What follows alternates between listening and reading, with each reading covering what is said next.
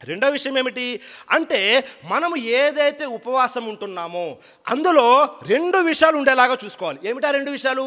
ఒకటి ఈమాన్, రెండు వా ఇక్తిసాబన్. ఈమాన్ అంటే విశ్వాసంతో ఉపవాసాలు ఉండాలి. రెండు ఇక్తిసాబన్ అంటే ఏంటి? ప్రతిఫలం అల్లా ఇస్తాడు, ప్రతిఫల కాంక్షతో, ప్రతిఫలం యొక్క ఆశతో ఉపవాసాలు ఉండాలి. దైవప్రవక్త ముహమ్మద్ సల్లల్లాహు అలైహి వసల్లం తెలియజేస్తున్నారు. ఏమని తెలియజేస్తున్నారు? అబూ హురైరా రజియల్లాహు అన్హు వారి కథనం, బుఖారీ మరియు ముస్లిం యొక్క హదీస్.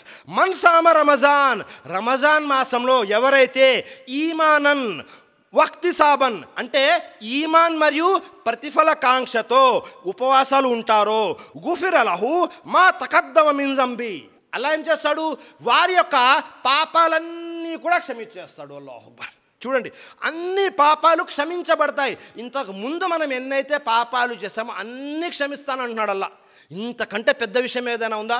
అంటే మనం ఉపవాసాలు ఎలా ఉండాలి అంటే ఈమాన్ మరియు ఇక్తిసాబన్ అంటే విశ్వాసము మరియు ప్రతిఫలం ఆశించి అల్లా ప్రతిఫలం ఇస్తాడు అన్న నమ్మకంతో ఉపవాసాలు ఉండాలి. ఒకవేళ అలా కాకుండా అంటే మన దగ్గర ఈమాన్ లేదు, ఉపవాసాలు ఉన్నాము, ప్రయోజనం లేదు. మనము షిర్క్ చేస్తున్నాము అంటే ఏమవుతుంది? ఈమాన్ కలుషితం అయిపోతుంది, విశ్వాసం కలుషితం అయిపోతుంది, అది పనికిరాదు. కాబట్టి ఈమాన్ ఉండాలి, అలాగే ఆశ కూడా ఉండాలి. చాలామంది తెలియజేస్తుంటారు, ఎవరు చూసొచ్చారులేండి స్వర్గాలు నరకాలు, అల్లా ఇస్తాడంటారా అంటే నమ్మకం లేదు. అల్లా పుణ్యాలు ఇస్తాడో లేదో అన్న అనుమానం ఉండకూడదు, అల్లా మన పాపాల్ని క్షమిస్తాడో లేదో అన్న అనుమానం ఉండకూడదు.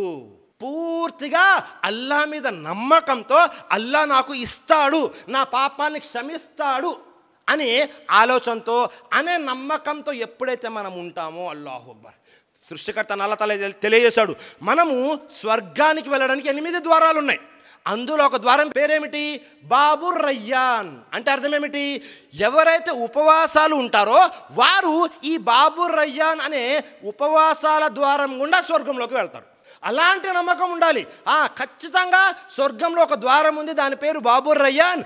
అల్లా ఎవరైతే ఉపవాసాలు ఉంటారో వారందరినీ బాబుర్ రయ్యాన్ ద్వారా పంపిస్తాడు స్వర్గంలోకి అని ఎప్పుడైతే మనకు ఈ ఆలోచన నమ్మకం ఉంటుందో, ఇది కూడా చాలా ముఖ్యమైనది.